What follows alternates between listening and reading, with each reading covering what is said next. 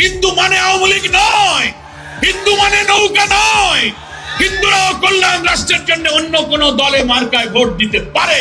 বাংলাদেশে জামাত ইসলামীটাই সারা দেশে সুবিচারপূর্ণ একটি কল্যাণ রাষ্ট্র, একটি ওয়েলফেয়ার স্টেট। ইসলামের যে সৌন্দর্য, যে বিউটি অফ ইসলাম, জনগণের মাঝে শাসন ব্যবস্থা এমন ভাবে করবে যে বাংলাদেশ হবে শোষণ মুক্ত, বৈষম্যহীন, অর্থনৈতিক মুক্তির এক নিরাপদ সমৃদ্ধ মানবিক বাংলাদেশ। সেই বাংলাদেশ নির্মাণের জন্য আজকে তালায় মানুষের জোয়ার নেমেছে, আলহামদুলিল্লাহ।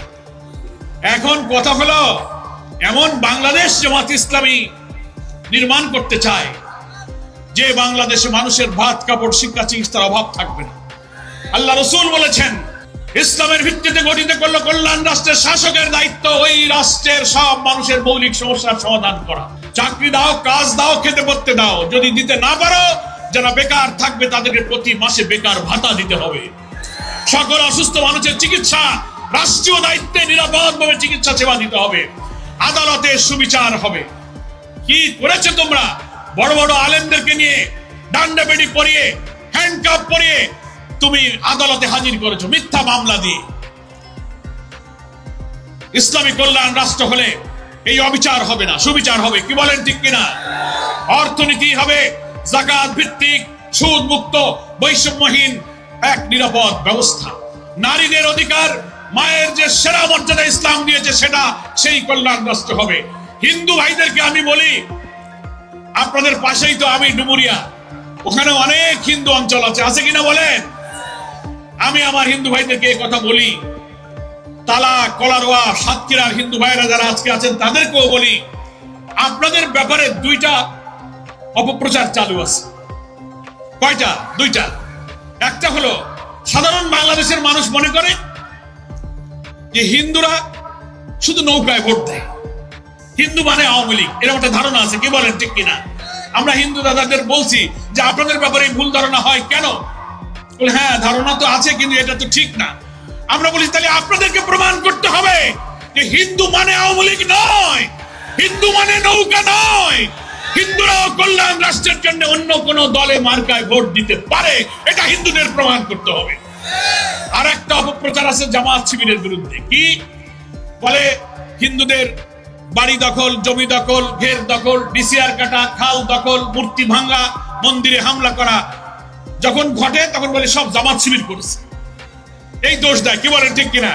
আমি ডুমুরিয়ার হিন্দুদের মিটিংয়ে বলেছি, আপনারা কি একটা প্রমাণ দিতে পারবেন কোন মন্দির ভাঙ্গা, কোন জমি দখল, ঘের দখল, বাড়ি দখল, হিন্দুদের উপরে অত্যাচার অবিচারে কোন জামাত শিবিরের লোকেরা জড়িত আছে? উনারা বলে না, জামাত শিবিরের লোকেরা। তাহলে কেন আপনারা প্রতিবাদ করেন না? কিছু হলেই আপনারা জামাত শিবিরকে দোষ দেন। আমরা হিন্দু ভাইদেরকে বলি, আমাদের প্রিয় নবী মুহাম্মদ মুস্তাফা সাল্লাল্লাহু আলাইহি ওয়াসাল্লাম পরিষ্কার ইরশাদ করে গেছেন বিদায় হজের ভাষণে, বিভিন্ন সময়ে মুসলিম শাসকদের কাছে সেই রাষ্ট্রের সমস্ত ধর্ম বর্ণের লোকদের জান মাল হচ্ছে আমানত স্বরূপ। অর্থনৈতিক, রাজনৈতিক, সামাজিক সমস্ত মানবিক অধিকার একজন মুসলমান যেমন অধিকার ভোগ করবে, একজন হিন্দু সেই সমান অধিকার ভোগ করবে। তাদের নিরাপত্তার জন্য ইসলাম এক সুমহান সাম্যের বাণী শুনিয়েছে। তাই বিগত দিনের সব অপপ্রচার, মিথ্যাচার বাদ দিয়ে আসুন, জামাত ইসলামীর কল্যাণ রাষ্ট্রের সুশীতল ছায়ায় হিন্দু ভাইরাই সবচেয়ে নিরাপদ থাকবেন, আমরা সেই গ্যারান্টি দিচ্ছি। অধ্যক্ষ ইজ্জতুল্লাহ এই তালা কলারোয়ার মানুষ, দেখতে শুনতে মনে হয় উনি একজন মৌলভী সাহেব, দাড়ি টুপি হুজুর। না, ইসলামী জ্ঞান এবং এলেম কালাম আল্লাহ তাকে দিয়েছেন। আধুনিক শিক্ষায় শিক্ষিত, ম্যাথমেটিক্সে ঢাকা বিশ্ববিদ্যালয়ের কৃতি ছাত্র, রাজশাহী ইউনিভার্সিটির সিনেট মেম্বার। এইখানে যারা নির্বাচন করেন, প্রার্থী হন, সকল যোগ্যতায়, সকল মেধায়, সকল গুণে ইজ্জতুল্লাহ হচ্ছে সেরা প্রার্থী হবে আমাদের ইনশাআল্লাহ।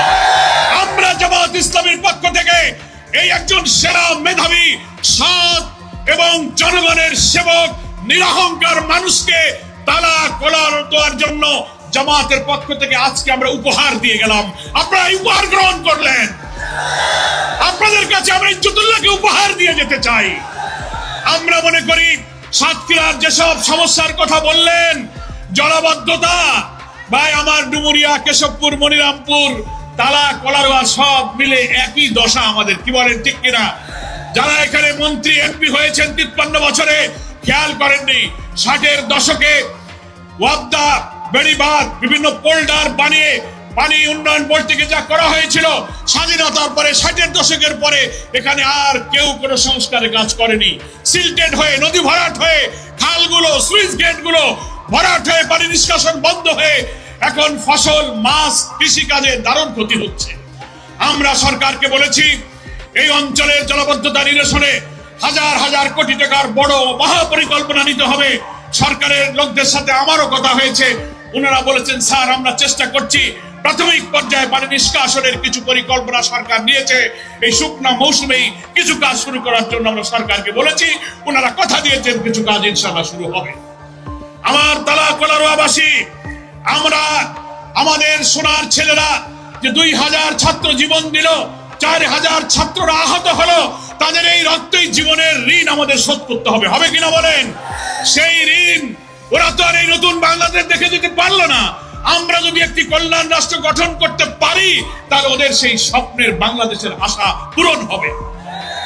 ওরা মেধাবী ছাত্র ছিল, বিশ্ববিদ্যালয়ের ছাত্র ছিল, আলেম ওলামা ছিল, কিন্তু ওরা সেই কল্যাণ রাষ্ট্র দেখে যেতে পারেনি। আমাদেরকে তাই নতুন রাষ্ট্র গঠনের জন্য অন্তর্বর্তীকালীন সরকারের প্রধান ডক্টর প্রফেসর ইউনূসকে আমরা বলেছি আপনি নির্বাচনকে নিরপেক্ষ করার জন্য যতটুকু সংস্কার প্রয়োজন অতটুকু সংস্কার করে আপনি নির্বাচনের জন্য একটি রোড ম্যাপ ঘোষণা করুন। সেই নির্বাচন হবে নিরপেক্ষ, কেয়ারটেকার সরকারের অধীনে হবে এবং সংখ্যানুপাতিক পদ্ধতিতে প্রপোর্শনাল রিপ্রেজেন্টেশন যেটাকে বলা হয়, পিআর পদ্ধতি। আধুনিক বিশ্বের অনেক গণতান্ত্রিক দেশে সবচেয়ে এই পদ্ধতি হচ্ছে উপযোগী। এখানে পার্লামেন্টে উপযুক্ত যোগ্য প্রতিনিধিত্ব হয়, যোগ্য পার্লামেন্টারিয়ানরা আসে, আসনে আসনে ভোট কাটা মাসেল কালো টাকার খেলা চলে না, ব্যক্তি প্রার্থী হয় না, দলের পক্ষে ভোট দিয়ে কোন দল কত ভোট পাবে সেই হারে সেই দলের ততজন এমপি নির্বাচিত হবে।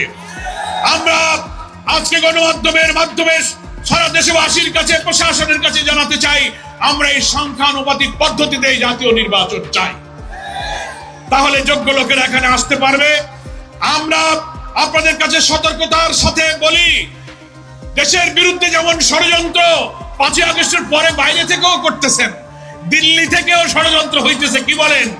পাল্টা কু, জুডিশিয়াল কু, আনসার কাণ্ড, সচিবালয়ে আগুন, এখানে বাড়াবাড়ি, এই দাবি সেই দাবি, এই সব দিয়ে এই সরকারকে তারা আগাতে দিতে চায় না।